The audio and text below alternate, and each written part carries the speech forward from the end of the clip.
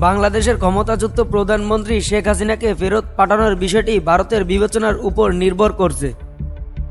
পদপূর্ণ চুক্তি থাকা সত্ত্বেও নয়াদিল্লি চাইলে ঢাকার অনুরোধ প্রত্যাখ্যান করতে পারে। চুক্তির মধ্যে পদপূর্ণের অনুরোধ প্রত্যাখ্যানের সুযোগ রয়েছে, তাই শেখ হাসিনাকে ঢাকায় ফেরত পাঠানো হবে কি না তা নিশ্চিত নয়। শেখ হাসিনাকে ফেরত পাঠাতে গত সোমবার দিল্লির বাংলাদেশের হাইকমিশন থেকে ভারতের পররাষ্ট্র মন্ত্রণালয়ে কূটনৈতিক পত্র দেওয়া হয়। গণহত্যা সহ মানব বিরোধী অভিযোগে শেখ হাসিনাকে দেশে ফেরত এনে বিচারের মুখোমুখি করতে চায় অন্তর্বর্তী সরকার। তবে শেখ হাসিনাকে পদপূর্ণের বিষয়ে ভারত এখনও সিদ্ধান্ত নেয়নি।